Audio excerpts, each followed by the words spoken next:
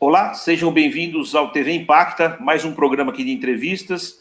E hoje nós estamos com a ilustre presença do Guga Stocco, que é um grande visionário, empreendedor, investidor aí em unicórnios e, acima de tudo, um aluno da Impacta, né? Fez aí banco de dados há muito tempo, né?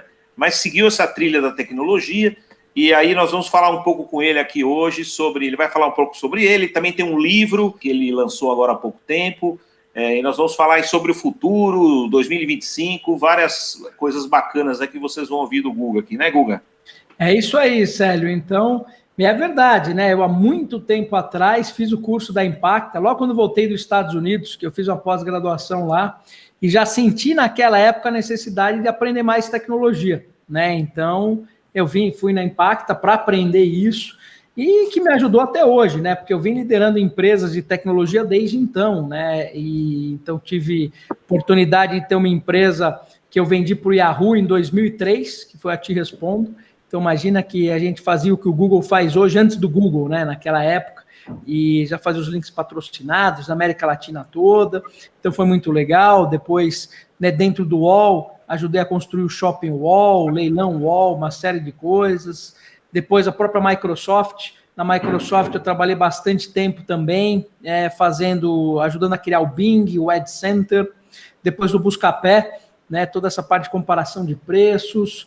Depois fui para essa parte de fundos de investimento, onde a gente teve aí a oportunidade de investir em 3 unicórnios, né, que é a Log, o Gympass e o Hotmart, além de outras empresas que vêm por aí.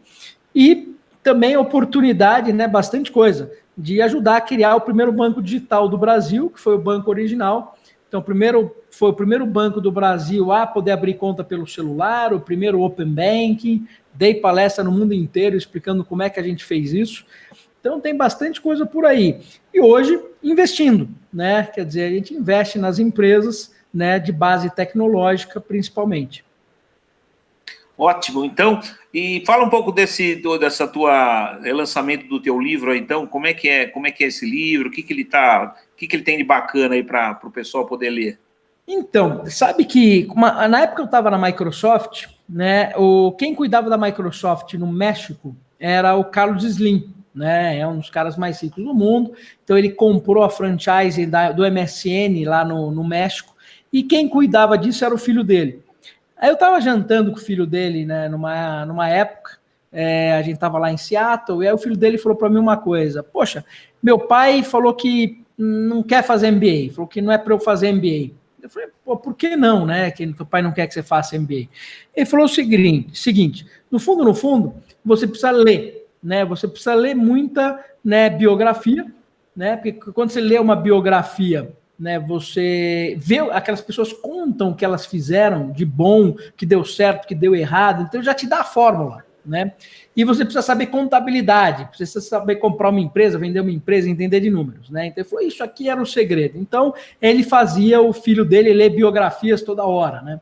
Aquilo ficou na minha cabeça, né? Falei, caramba, é verdade. Desde então eu passei a ler muitas biografias. Né? E aí hoje eu mudei um pouco isso. Acho que hoje você precisa ler muitas biografias e aprender inteligência artificial, né? Porque a inteligência artificial vai ser a base para um monte de coisa. Então, nesse livro, eu conto, o que o livro chama Desaprenda. Eu conto muito dessas histórias, né? Desde a venda da empresa para o Yahoo, né? E o Google comprou a empresa também, então foi várias coisas que aconteceram no meio do caminho, né? Muitas coisas que aconteceram também dentro do UOL, quer dizer, todos os bastidores da criação da internet, né, de compras e vendas de empresas, de modelos de negócios que foram acontecendo, que criaram esse mundo que a gente conhece hoje. Então eu vou contando um pouco da minha história, do que deu certo, do que deu errado, mas mostrando também a história desse mundo da tecnologia em paralelo. E depois, no final, eu puxo isso, um pouco de previsão do que vai acontecer até 2025, né, de novidades, né, modelos de negócio, tecnologias e por aí vai. Então a ideia do livro é essa, é com que você tenha uma grande imersão e tentar compilar o máximo possível de ideias, né, de histórias e aprendizados, né, num livro fácil e gostoso de ler. No teu livro você fala então de 2025 e tal, e o que você está enxergando aí, os movimentos que vão acontecer aí até 2025? Então, aí é muito legal que a gente precisa trazer algumas coisas em conceito, tá? Para a gente começar a entender como vai ser o futuro, né? E aí a gente começa a perceber que o futuro vai ser bem diferente daquilo que a gente imagina. Então, primeiro, por que 2025? Né? Eu foquei nisso porque 2025 está próximo, né? Pensa o seguinte, é daqui a 4 anos, certo? Então, quanto tempo que demora para você fazer uma faculdade? Né? 4 anos. Então, quer dizer, o que você vai estudar hoje, quando você terminar essa faculdade, você vai enfrentar esse mundo novo. Então, é importante você saber, até para você escolher o que você vai estudar, o que você vai passar 4 anos. Ou para uma empresa, para fazer um planejamento estratégico. Falar, poxa, em 4 anos, deixa eu entender o que vai acontecer para eu poder guiar a minha empresa nesse período. E aí, mostrar um pouco disso é importante, porque você vai falar, poxa, mas vai acontecer tudo isso mesmo? Então, eu começo a trazer. Então, eu trago alguns conceitos para poder mostrar 2025. Então, por exemplo, um deles é do próprio custo marginal de zero. Né? Você fala, como assim custo marginal de zero? Né? Eu dou um exemplo. Você pega o Google, né? Quando você faz uma busca no Google, quanto que custa essa busca para você? Né? Custou zero. Você foi lá no computador e fez uma busca. Né? E quanto que custou para o Google essa busca que você acabou de fazer? Ou uma busca em trilhões é zero. Né? Então, peraí, como que eu tenho um produto que custa zero para todo mundo, né? Então, na verdade, quer dizer, obviamente, você tem um custo fixo alto, mas ele ganha uma escala tão grande, que o produto dele passa a custar praticamente zero. Isso acontece com o Facebook, isso acontece, por exemplo, com Netflix e por aí vai. Aí você vai falar para mim, Guga, mas isso não vai acontecer na economia real, né? Quando você tem coisas reais, isso acontece só no mundo digital. Não é verdade. Eu vou te dar um exemplo de economia real que pode ter custo marginal de zero. Então, por exemplo, em Nova York, se você pegar Manhattan, tem 150 mil táxis, né? E foi feito um estudo na Universidade de Colômbia que 9 mil carros autônomos substituem os 150 mil táxis. O que isso significa? Né? Que esse carro autônomo ele funciona 24 horas por dia, tá? Ele foi preparado para isso, ele é elétrico, e ele se reposiciona com o algoritmo conforme a oferta e demanda. Então, ele está sempre mais próximo da próxima pedida. Então, o que significa? Quanto que vai custar para você ir da sua casa para o escritório num carro autônomo desse? Zero. Né? Você vai provavelmente pagar uma assinatura, né? E você vai andar várias vezes durante o dia para casa, para o escritório, para o restaurante, e vai custar zero.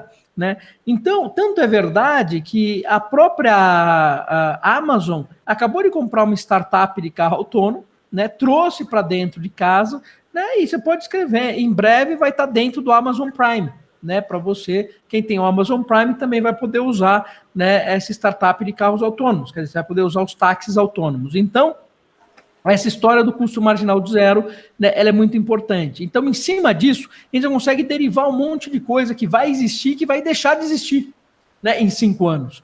Então, é importante a gente começar a entender esse tipo de coisa. Até o próprio questão de propriedade, né? Você hoje vai lá e compra o seu apartamento. Você trabalha 10 anos para comprar o seu apartamento.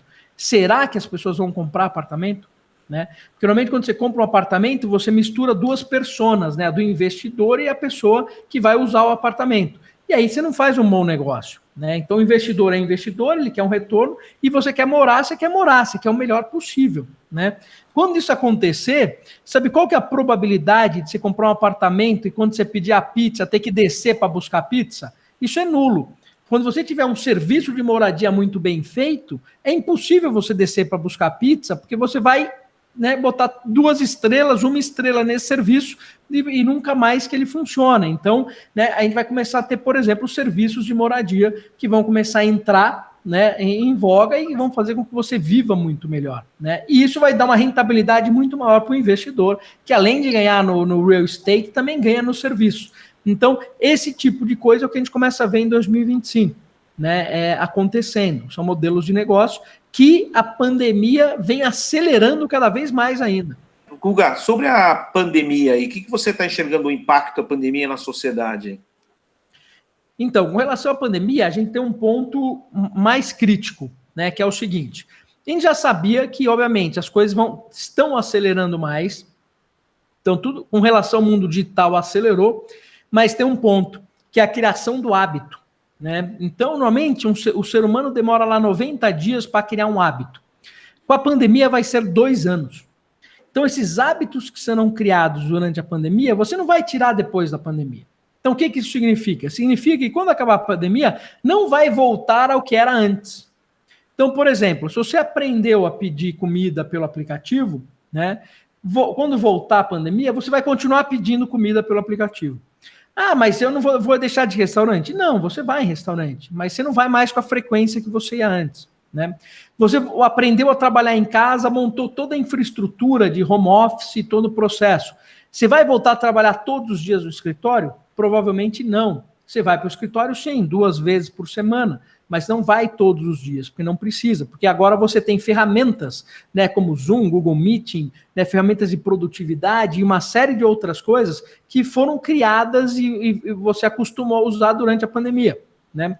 Ou um bom exemplo é a própria XP, que está construindo a sede dela, está saindo de uma sede fantástica que ela acabou de criar na frente do Shopping JK e falou, não, minha sede agora vai ser em São Roque. Né? Porque se você quer ir lá trabalhar, você vai para São Roque, só que você vai trabalhar perto da natureza e eu vou ter no escritório tudo aquilo que você precisa para performar no seu trabalho.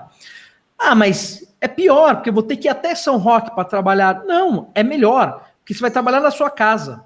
Você só vai para lá quando você precisa performar alguma coisa com o seu time, quando você precisa levar o seu cliente, quando você precisa de alguma coisa diferente. Então, esse trabalho híbrido também entrou por causa da pandemia. Então, a gente começa a puxar algumas tendências muito fortes, né, que é essa de work everywhere. Né? Então, você vai poder trabalhar em qualquer lugar. Então, nos Estados Unidos, por exemplo, está saindo vários condomínios no meio da natureza. Né? Então você tem um bangalô no meio da natureza, literalmente, que você tem cachoeira, você tem tudo, hortas naturais, etc. Só que você tem um acesso à internet, né, rápido. Né? Você tem aquele acesso, né, de links, né, rápidos na internet para você poder trabalhar. Então você trabalha no meio da natureza. Ah, mas você vai viver lá? Não, você vai trabalhar 3 vezes por semana lá, depois você vai para o teu escritório, você vai estar híbrido. Né? Então o Work Everywhere mostra isso. Então, esse tipo de condomínio, por exemplo, você vai começar a ver por aí aparecendo à torta e à direita. Né? Você tem exemplos como o Soho House, né, que tem no mundo todo. Então, o Soho House, o que é? Ele é um clube, que você tem restaurante, hotel, sala de reunião, mas como se fosse a sua casa, um negócio super gostoso. Então, poxa, se eu estou morando na fazenda, né, e eu tenho que vir para São Paulo 2, 3 vezes por semana, você acha que eu vou ter um escritório? Eu vou alugar algo como se fosse, vou ser membro como se fosse de um Soho House e vou marcar minhas reuniões nesse lugar que é fantástico, tem uma decoração maravilhosa, né, tem as salas de reunião, tem toda a infraestrutura, tem o restaurante, tem o café da manhã, tem tudo que eu preciso. Né? E ainda aquele cliente que eu trouxe, aquela reunião que eu fiz, a pessoa vai ficar impressionada e vai falar, caramba, que legal isso aqui, né? Eu vou falar, pois é, legal.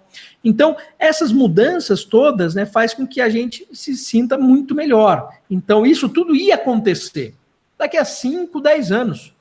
Isso vai estar acontecendo agora. Né? Então, quando acabar a pandemia, você vai começar a ver esse tipo de empresa nascendo uma atrás da outra. Guga, você fala também sobre ciência de dados, com genética. Como é que é essa visão tua? Cara, isso é muito interessante. Né? Inclusive, tem algumas empresas que a gente está investindo com referência a isso. Então, pense o seguinte, quando a gente fala de plano de saúde hoje, na verdade, o plano de saúde é plano de doença. Você usa ele quando fica doente, né? Ou quando você sofre um acidente. Então, na verdade, é para você ir para o hospital, para visitar um médico, para corrigir alguma coisa. Você não tem um plano de saúde de verdade, que é aquele que faz com que você não envelheça e que você fique cada vez mais saudável, que você tenha cada vez uma melhor memória e que você fique cada vez melhor. Né? Você não tem esse conceito hoje. Só que é o seguinte, a ciência está avançando tão rápido, principalmente quando você começa a trabalhar dados, quer dizer, você usa a inteligência artificial para analisar as informações, né, que isso está crescendo de uma forma muito rápida e muito grande. Então, por exemplo, tem uma empresa que chama Onogen. O que essa empresa faz? Ela vê a idade do seu telômero. Né? Então, ela analisa a idade do seu telômero, que é a sua idade biológica, com a sua idade que você tem hoje. Ela identifica que a sua idade biológica, por exemplo, você é 10 anos mais velho do que você é hoje. Né? Ela fala, pô, e agora? O que eu faço com isso? Então, ela consegue, através de vitaminas, fazer com que você tenha 10 anos a menos de forma biológica. né? Então, o que acontece? Você vai com mais vitalidade, né? Você melhora tudo, né? Com isso. Então, esse tipo de medicina, ele vai entrar cada vez mais forte. Porque, na verdade, nos estudos que tem por aí, daqui a 5 anos, tá? Você já vai conseguir fazer com que o ser humano viva mais 30 anos. Como que isso vai ser feito? Você tem uma série de medicinas, né? Então você tem, por exemplo, a medicina genética, né? Você tem lá uma que chama P3 Medicine, né? E você tem, né, Regenerative Medicine. Você tem algumas medicinas que, se elas forem combinadas com o que já existe hoje, não forem medicinas separadas, né? Como, por exemplo, dermatologia está aqui e você tem lá o cardiologista aqui. O cardiologista já não entende mais nada de dermatologia e vice-versa, né?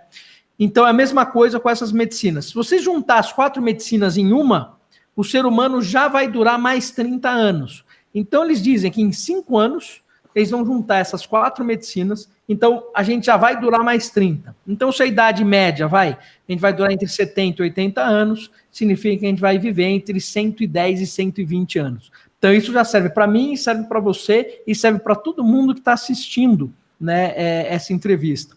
Então, você viver bem vai ser agora extremamente importante. Então, essa medicina que faz com que você viva cada vez melhor, sem estar doente, é uma tendência gigantesca. Gigantesca. Porque você vai viver 120 anos, você não pode, né, estar sem energia aos 70. Você está aos 70, está no topo da sua energia, né? Porque você vai ter ainda muita coisa pela frente. Então, imagina que isso muda a sociedade por completo, isso muda a previdência privada por completo, né? Isso muda a educação por completo, porque você vai ter que se reeducar de novo, isso muda a família, né? Talvez você possa ter outra família aos 70 anos, né? Talvez você vá abrir uma empresa nova aos 70 anos, né? E por aí vai, né? Porque você tem mais 50 pela frente. Tenho ouvido sempre seus podcasts e você tem aí várias dicas, várias informações. A diferença que você fala do complicado, né, da indústria antiga e do que é complexo. Como é que é essa diferença que você fala? Legal. Que é o que acontece. Essa é a principal forma de por que as empresas não conseguem inovar, tá? Porque as empresas do século passado têm base industrial.